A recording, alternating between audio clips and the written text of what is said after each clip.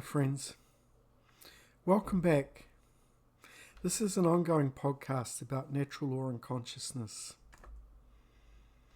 We're looking today at the tarot. This is part 2 in the series on the tarot. This is about the macrocosmic arcana.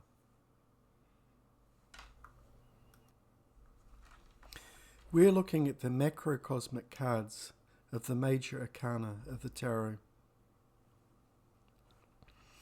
The second half of the major is the major arcana.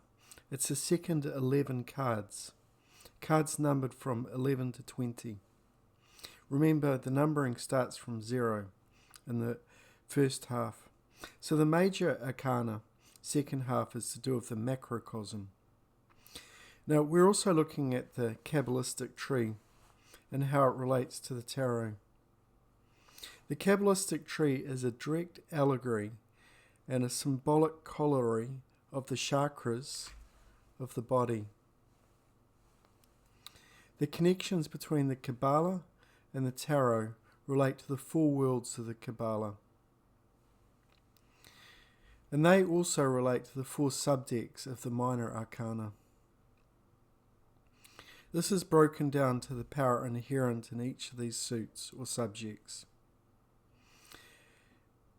The lowest world of the four worlds, Asiya, is the material world. These are the resources that we work with in the world and material elements.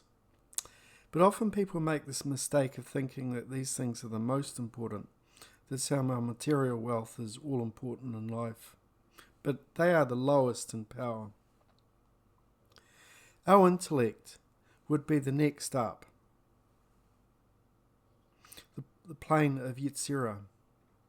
It's our emotions that guide our intellect. So that's the next step, Bria. It's what we do with our emotions that makes a difference in the world, for the better or the worse. It governs the way that we think, the way that we do things, the way that we use our resources. The highest world is the fire element. Absolute. Fire is the alchemical element. It represents the most important of these four principles. It's the wands in the minor arcana. So let's look at the macrocosmic tree of the major arcana. The macrocosmic tree deals directly with the forces of nature, of natural law, external dominion, and the seemingly external universe. The world. The world. So we have a spiritual contract when we come into this world. We experience life through our mind. The mind is like a lens. The experiences that we have through life of learning and growth are through the lens of the mind. The goddess figure represents the potentiality of everything. That is brought into the doorway, represented by the wreath. It's in the form of a 0, just like the Fool's card was a 0. So you can see there's a correlation between the macrocosm and the microcosm. As above, so below.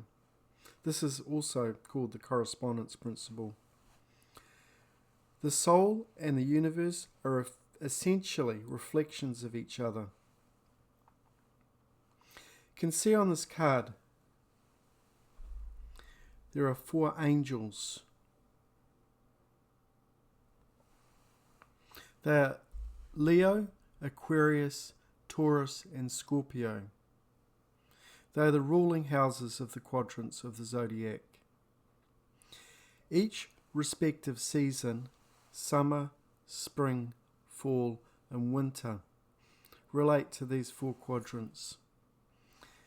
Now, there is a galaxy or a galactic cross, and the goddess is in the middle. So the 4 angels make the galactic cross.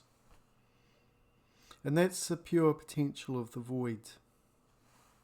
These connections represent our position in the galaxy and the void of nothingness from which all materialism ultimately springs. It's the energy in a state of manifestation derived from pure potential. The goddess has two wands of power, two forces. It's because this goddess brings the microcosm and the macrocosm together. These are forces of nature. The goddess represents natural law and the governing forces of reality. We are bound by natural law.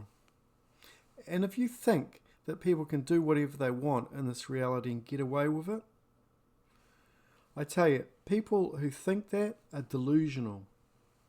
Suffering exists because people think they are God.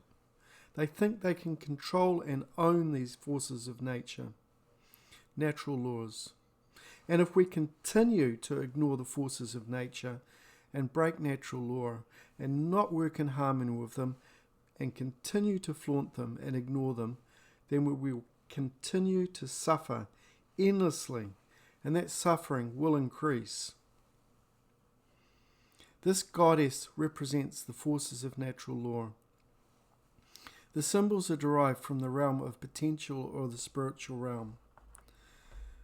You cannot see them by studying the physical world. A holistic, all-encompassing worldview is needed to discover these laws. You're never going to discover them with left brain, logical, analytical, science. You need to get the wisdom of the right brain, the sacred feminine, which is an analogue to the goddess who will bring the higher aspects of consciousness through nurturing emotional qualities of the self. The sacred feminine aspect of consciousness needs to be bridged with the analytical and logical qualities of the left brain. These are the masculine forces. They need to be bridged and combined into a synthesis within the qualities of the right brain. Now, the goddess holds two power scepters. This is because she brings together the masculine and the feminine forces. She controls the whole game. Natural laws are not in effect as a prison, but they are a guide, and they provide guidelines on conducting ourselves on the path towards self-mastery. We do not have to experience suffering in this realm. This realm can be the paradise that was always intended to be. If we would just go along with the laws of nature, cooperate with God, cooperate with creation. The goddess of this world card is put in the position of Darth. If you remember from our study of the Kabbalah, Darth is the hidden realm. It's a sphere on the tree that represents where it all comes from. The tree of life emanates from the sphere of Darth. It goes into this circle represented by the wreath around the goddess figure. Initiation is taking these symbols, these tools, these building blocks, and then using them to build a deeper understanding of the self. Once we understand ourselves and become more literate, then we can understand these symbols and how they are given positions and how these positions are used. This is the key to understanding the positions of these keys. We can understand symbols in any given position and then look at their decoding, not just looking at the symbol itself, but the symbol and the place that it represents. It does represent something. They can be used in different ways. Placed in different places, they represent different things. And it depends on who's using it and for what reason. But we need a more mature understanding of the language of symbolism. Judgment is number 20.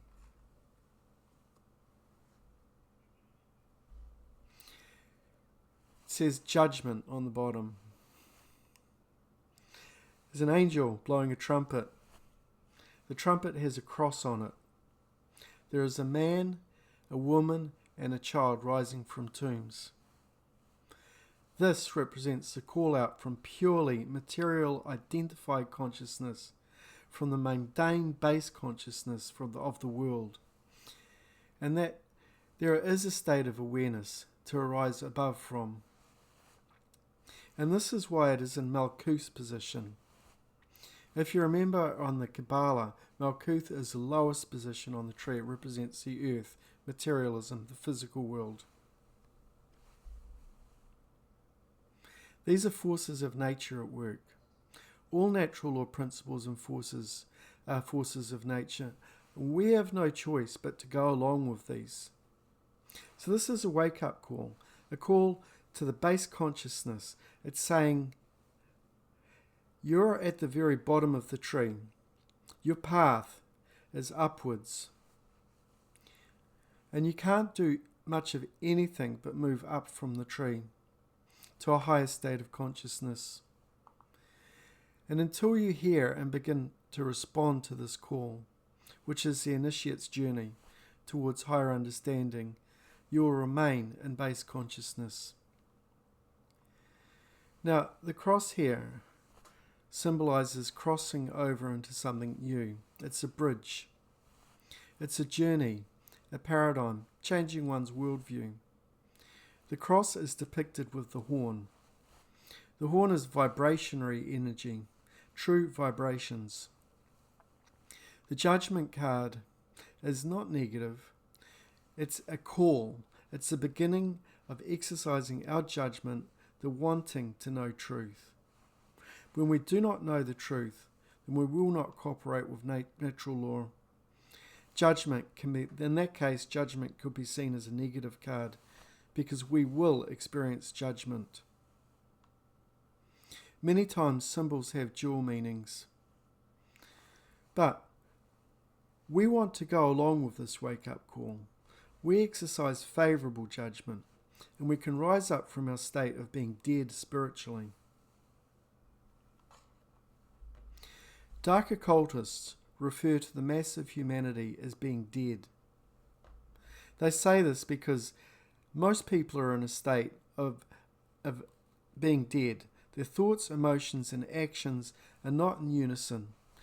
People are ignoring natural law. People are cowardly and lazy. And in this case, they are essentially dead. The soul qualities are dead. So this is also represented by being in a coffin.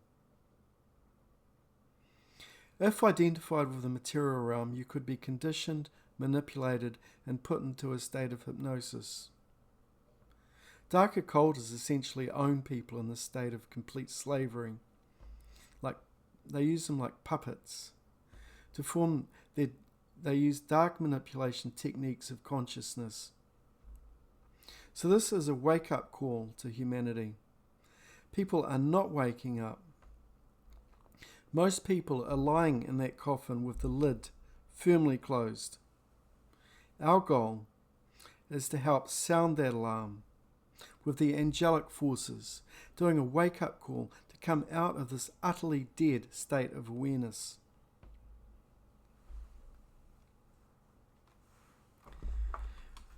The world of Yetzirah, Yesod, Hod, and Netzach. This is the sun, the moon, and the stars. The sun, the moon, and the stars, these three cards correspond to a triangle that represent Yetzirah. The Tower card represents change. That's a degenerative principle in how changes are created through the heart. The sun. Yesod is a foundation card, the sacrum chakra. Sacral chakra. This is the center of desire. This is a force that is calling us to raise out of that base level of consciousness. It is the light, the force of light calling us up out of pure material identified consciousness. So the sun is related to the solar facet of astrotheology. This is also represented in the Christian tradition of the Son of God. Now the lower triangle representing Yetzirah relates to how the world of the Kabbalah works. It is the formation of this world. Formed objects that represent heavenly bodies that comprise the material world, the stars, the planets, the moon. These are heavenly bodies on which everything depends. It's a force representing a call. The light is calling us upwards, out of that base level of consciousness represented by Malkuth or judgment. We have a desire to move forward, which is also connected to the planet Jupiter. The moon. The angel is working on behalf of light, the forces of light. The moon and the star are the solar plexus chakra position. On the tree of life, these are the spheres of Hod and Netzach. We have an internal and an external aspect of the will, of these forces of evolution calling us upwards out of base consciousness. This is saying we need to activate the will.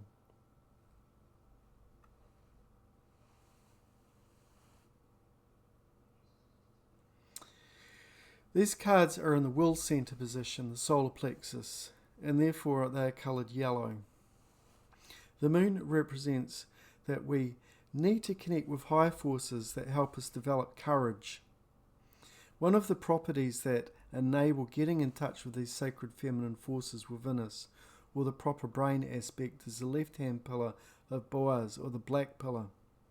And it is the internal sacred feminine yin forces of consciousness that are updwelling.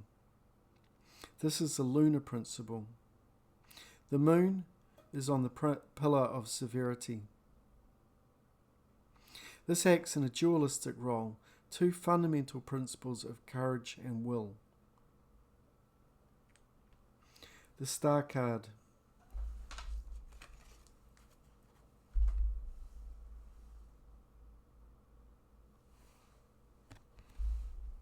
So the star is on the active side, relating to the concept of water.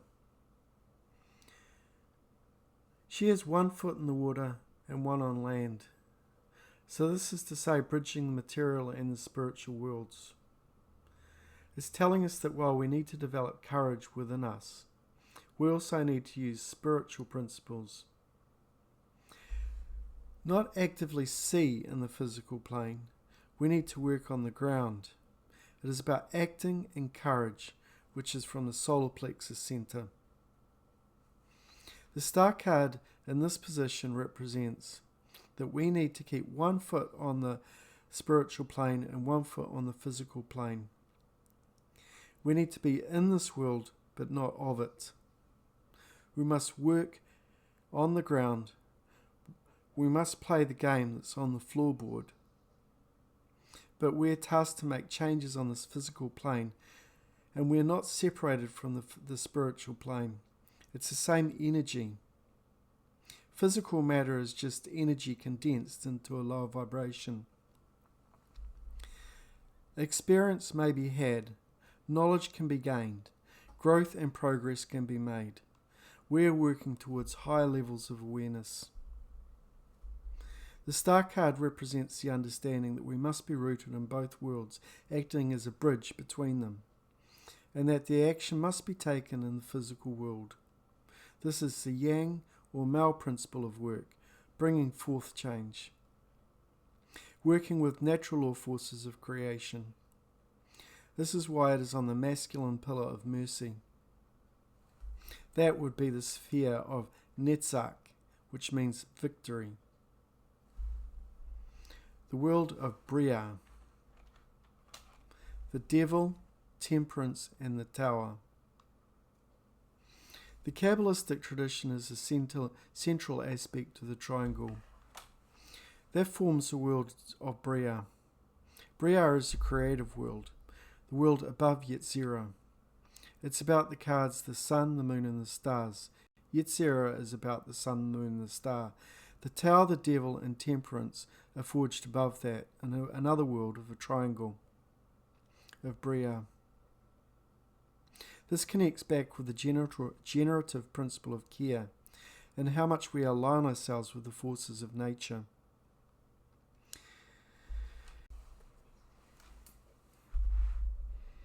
The Tower card. You can see the Tower card has green elements. This is associated with the heart chakra, the balance point on the tree. There are 3 chakras below the heart and 3 chakras above. Red, orange, yellow, the lower chakras, the center point of the heart, and 3 upper chakras, blue, indigo, violet. So this card in the macrocosmic sense of the tower represents the forces of change, universal change. It's a central hub on the macrocosmic tree, as everything always is in a state of change. The word universe comes from Latin. It means bringing into oneness, unison, and it also means change, because the universe is constantly changing. The tower card represents sudden change. We can see that the crown is being blown off the tower. People are falling out. The tower's on fire. It's a state of panic. I'm hoping that you can see the correspondence to the 9/11 event. This card ultimately represents the macrocosmic change according to forces. These principles of change are ultimately governed by forces of nature. We cannot stay in a state of consciousness that does not want to accept change. We would like things to be steady and constant, but that's not how the universe works. We're going to experience suffering if we want to stay in the past, because things are constantly changing, and our minds must be fluid to go along with that change. Our minds must be flexible, otherwise it would be like being a tree that snaps in the wind. If the tree is too rigid, it'll snap. We need to be fluid and willing to bend with the forces of nature as they're coming and affecting our consciousness. And I tell you, that's what we're experiencing right now. The rate of change is unprecedented. There is a different vibrationary state attempting to come in here and change things. And there's so much resistance by people on the planet. They do not want to change. So many people have vested interest in the way things are. They like running the show. They think they have been controlling things. They don't want to act to make any changes. Now, people falling into this state of unconsciousness, and also those who are following the dark occult, they will snap, just like an oak tree snaps in a tremendous wind. There is no stopping this force. The higher will of the universe is acting regardless of what we want. Everyone is going to get this eventually. Free will applies to how much will you have, whether you either cooperate with these forces that are in control, or how much you will try to go against those forces. And in that case, you will create an enormity of suffering for yourself and for others. Now suppose you step into this flow of energy. In that case, the world can become like a paradise, because you're understanding the lessons that are intended to you from a higher will, the dynamic intelligence that underlies creation. That is God. The problem is that most of humanity are going against the forces of nature, going against God, against creation. Somehow they think they can escape all these changes unscathed. So the Tower card represents this force. And imagine this force of the universe like a hand guiding the shape and shaping a considerable amount of clay. The clay is like Play-Doh. You would put Play-Doh through a mould. Out the other side of the mould would come a shape. That's a metaphor for humanity. The Tower card represents these forces of nature that are forcing change upon us, forcing us to go through that mould. What big change are you trying to deal with? Will you go through the changes and cooperate with nature and be moulded into something new? Or will this be a hard, harsh lesson for you. So the big ball of clay needs to go through this mould to a star shape, shaped by natural forces of law. That Play-Doh represents the bulk of humanity. It must go through this shape. There is no choice. The question is, which side of the gate of the portal are you going to realign? Are you going to realign of your own volition without being splattered against the wall and forced through? This is why it is called a natural force. It is going to be forced. You do not have a choice in natural law progression. It's a force. That's why it's called a force of nature. You must comply because it will happen. The only choice is how much damage that will happen at the end of this transition. So where do we streamline ourselves? Are we already moulding ourselves from within into a new form? The Tower card represents the macrocosmic tree. We could say this card is the heart, the hub, the heart chakra representing change. It's an aspect of care, the generative principle. And it creates a reality that we experience. Temperance.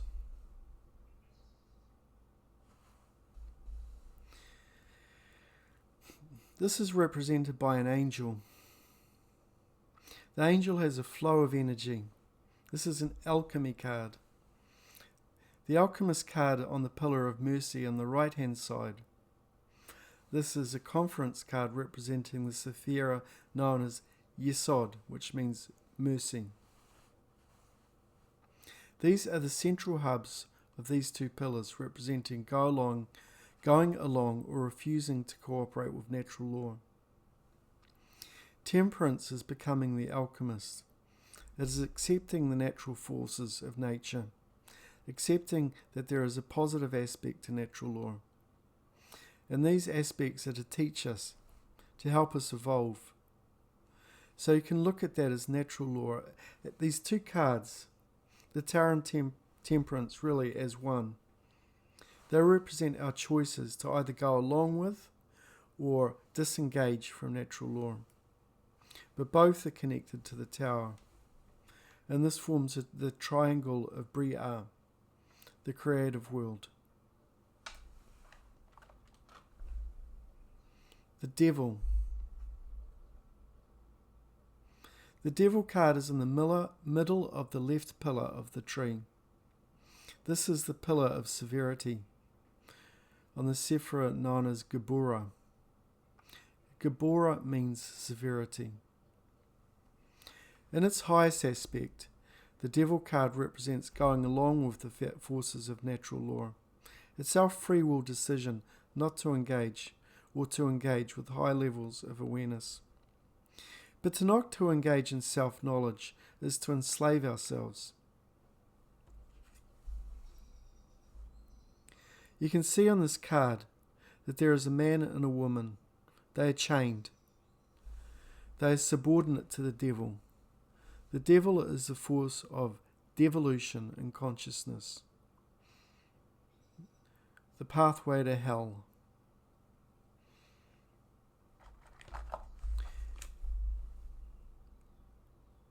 Look at the chains that bind the man and the woman. Now, this card does have negative connotations in its symbolism, but it's also a card of hope because the chains are set lightly around the neck. They're not fashioned tightly, choking the man and woman. These chains can be taken off at any time. This symbolism is very specific. It indicates that we can discontinue our current ways. We can stop flying in the face of natural law and start cooperating with nature. This is how we create a reality. We can either learn and accept natural forces. We can live in harmony, go forward on the pillar of mercy. In that case, life becomes guided by angelic forces. But if we ignore natural law, our life will become harsh, severe. We enslave ourselves, and we can undo this at any time because the chains are not set tightly. It's our free will decision We can disobey natural law, and by disobeying natural law we are ruled by the adversary, Satan. Saturn, the planet Saturn, Satan. And this will tear us up from within. We ultimately exist in a state of this duality. The man and the woman are separated and chained. But they've done this to themselves. Can't blame others. This is the best example of humanity. It's what we've done to ourselves. No one has done it to us. The change card is on the middle pillar. It's associated with the heart. That means that work needs to be done from within each person. Nobody can do the work for you. This is an internal process. But other people can inspire influence. But ultimately you have to do the work for yourself. There is no God save you to pull yourself out of your own misery. You do that. That's your work. The triangle helps to explain the creative forces in this world.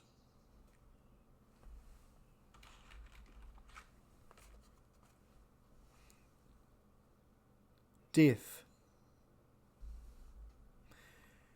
Death is in the top triangle in the world of Absoluth. The top left-hand side of the pillar of severity represents the forces of involution. This represents the decay of the elements of nature, the things that always move from one form into another. Nothing stays the same in nature. Things are always in this constant state of flux and change. It's a process. Incarnation, being in physical or not in physical. This is a cyclical process. The death card could be considered as a force of involution. This is an internal aspect of the kabbalistic tree, which is on the path, the pillar of severity.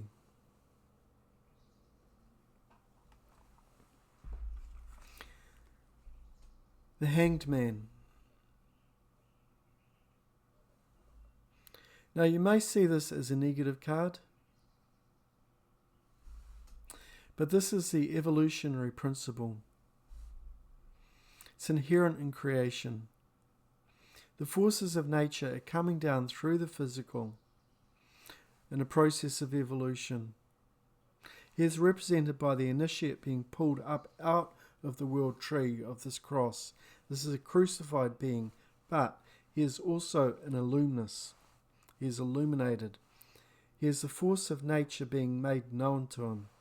Therefore, you can see a halo around his head as an illumined being. He's not suffering, because this is an evolutionary force coming into the flesh. You could see it coming down through from the spiritual world and being in a grasp as he's in the flesh. The initiate has to understand natural law and understand that while he is in it, he may be bound by it. This is our evolutionary developing consciousness. The evolutionary force in this card itself represents the macrocosmic domain.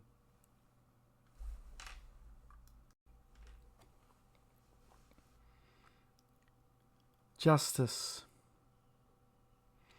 The Justice card represents the balance.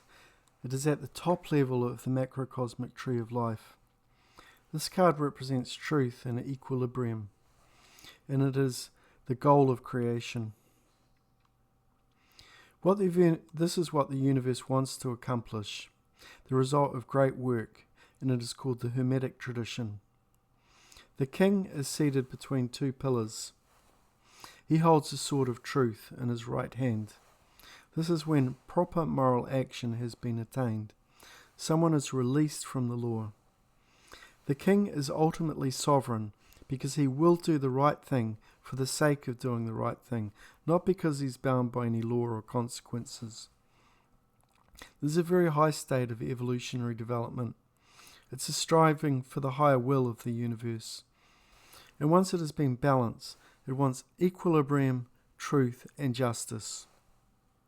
So you see the scales of truth and justice and the sword of truth. He is the crowned king. He sits between two pillars, is an evolutionary synthesis between the cosmic male and the cosmic female, the forces of yin and yang energies. Now, we need courage more than anything else in this world.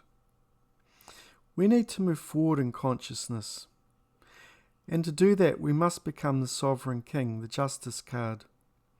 This is the will of the universe. We will become the sovereign king with the justice card, and that gives us true freedom. This card represents rising above natural law to the cosmic consciousness position, freedom from the law itself. You won't need to be bound by the repercussions of going against natural law when you fully cooperate and are in harmony. You'll simply flow with it because of the recognition that it is right. Goodness and justice will be glorified as king. Amen. So friends, thank you for watching. This concludes part 2 of the Tarot, the Macrocosmic Tree. Please like and subscribe. Also send me some feedback. Tell me how I can improve.